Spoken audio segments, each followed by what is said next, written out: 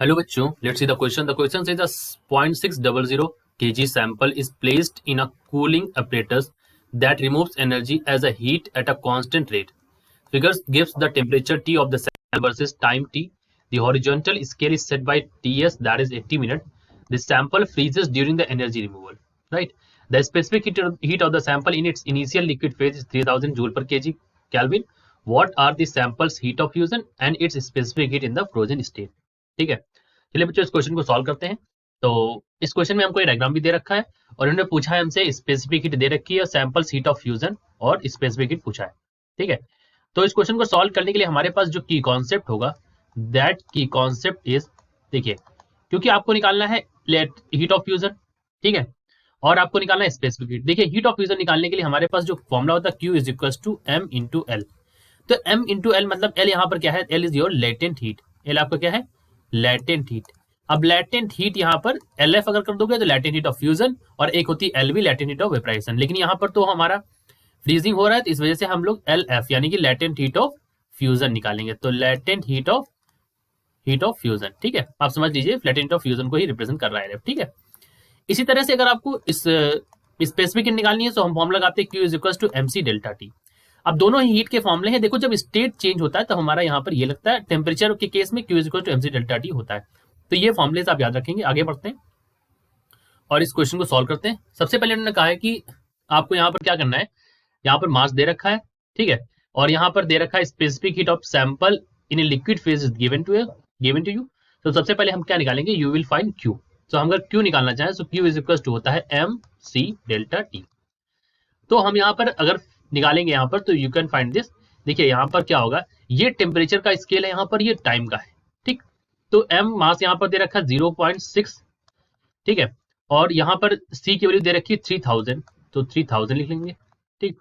Change in temperature कितना है यहाँ पर 30, चेंज इन टेम्परेचर कितना है 30। देखो यहाँ से 300 था, अब ये 270, ठीक है, 270 पे आ गया। तो अगर आप डेल्टा T देखोगे तो कितना है 30 का, तो 30 सॉल्व कर लीजिए इसको।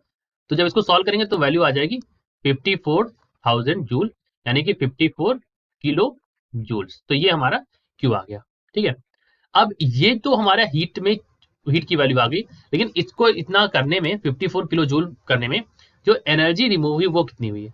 तो हम कह सकते हैं कि the rate of energy removed या फिर टेकन आउट, ठीक है, दैट इज, वो निकालने के लिए हम अगर उसको P से रिप्रेजेंट करते हैं तो P इज इक्वल टू होगा Q बाई T, ठीक है। तो Q की वैल्यू यहाँ पर है 54 और T यहाँ पर कितना हो जाएगा, T इज, यहाँ पर देखो, ये अगर आप इसको 10, 20, 30, 40, यहाँ 50, 60, 70 और ये फिर 80 आ जाएगा। तो देखो 40 वाला ये है, ये बार यहां से यहां तक का, तो कितना टाइम लगा यहाँ पर 40, ठीक है। अभी मिनट में रख रहे हैं तो यहाँ पर वैल्यू आ जाएगी 1.35 किलो जूल पर मिनट, ठीक। ये हमारा रेट ऑफ एनर्जी रिमूव्ड है। अब उसके बाद हो रहा है फेज में चेंज, तो हम कह सकते हैं the phase changes, we can write this as कि फेज चेंज, ठीक है। अब जब फेज में बदलाव होता है उस समय हम लोग बोलते हैं ML, ठीक है। सो यहाँ पर Q की वैल्यू क्या है, यहाँ पर Q की वैल्यू है P इंटू T, और वैसे Q की वैल्यू क्या होती है M इंटू एल। अब यहाँ पर फ्यूजन के लिए तो LF लिख रहे हैं हम लोग, ठीक है। तो चलिए इसको लिखते हैं यहाँ पर।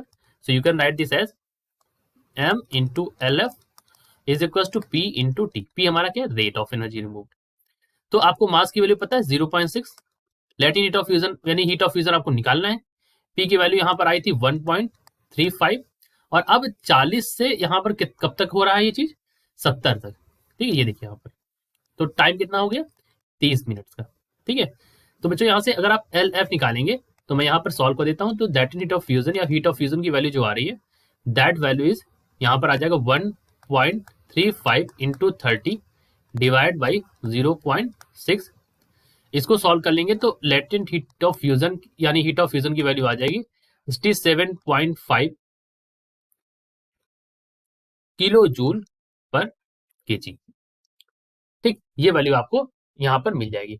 तो सैंपल हीट ऑफ फ्यूजन अगर आपसे पूछे तो आप कह सकते हैं कि सैंपल हीट ऑफ फ्यूजन की वैल्यू यहाँ पर आपके सामने ये है, ठीक है। This is your sample sheet of fusion. Moving further, अब आपको स्पेसिफिक हीट निकालनी है, तो सेम तरीके से निकालेंगे। Let us find the specific heat. तो that specific heat is equal to Q, यहाँ पर क्या होता है mc delta T is equal to p into T. ठीक, तो p की वैल्यू और t की वैल्यू सब रख देंगे यहाँ पर, और c की वैल्यू आपको चाहिए तो आप यहाँ से लिख देंगे, m की वैल्यू भी पता है, c की वैल्यू यहाँ पर क्या हो जाएगी 1.35 इंटू, अब कितना है 70 से आगे तक 80 तक का जा रहे हैं, तो इसी के लिए हम चेक करेंगे। तो ये वैल्यू हो जाएगी यहाँ पर 10, ठीक है, डिवाइड बाई यहाँ पर कितना हो जाएगा 0.6, मास 0.6 है, और टेम्परेचर कितना जा रहा है यहाँ पर, तो इस स्केल से लेकर के अगर हम 70 से 80 तक का देखें तो ये 80 है यहाँ पर, और ये इतने के बीच हम चेक कर रहे हैं, तो यहाँ पर 10 का अंतर है, तो यहाँ पर डेल्टा टी की वैल्यू क्या हो जाएगी 10। ठीक है, तो जहां तक का हम देख रहे हैं 70 से 80 तक के बीच है, वहां पर 10 है, तो ये 10 से 10 काट देंगे, तो वैल्यू यहाँ से क्या आ जाएगी, यहाँ से वैल्यू आ जाएगी 2.3 किलो जूल। ठीक है, किलो जूल आ जाएगी यहाँ पर केजी डिग्री सेंटीग्रेड। ठीक है, तो ये वैल्यू यहाँ पर आ जाएगी सी की, तो हमारे पास ये भी आंसर आ जाएगा। तो we can write C is equal to 2.3 kilo joule per kg degree centigrade. तो ये हमारा हो गया एल एफ की वैल्यू, और ये हमारा हो गया स्पेसिफिक हीट की value. So this is our answer. I hope you understood it well. Best of luck.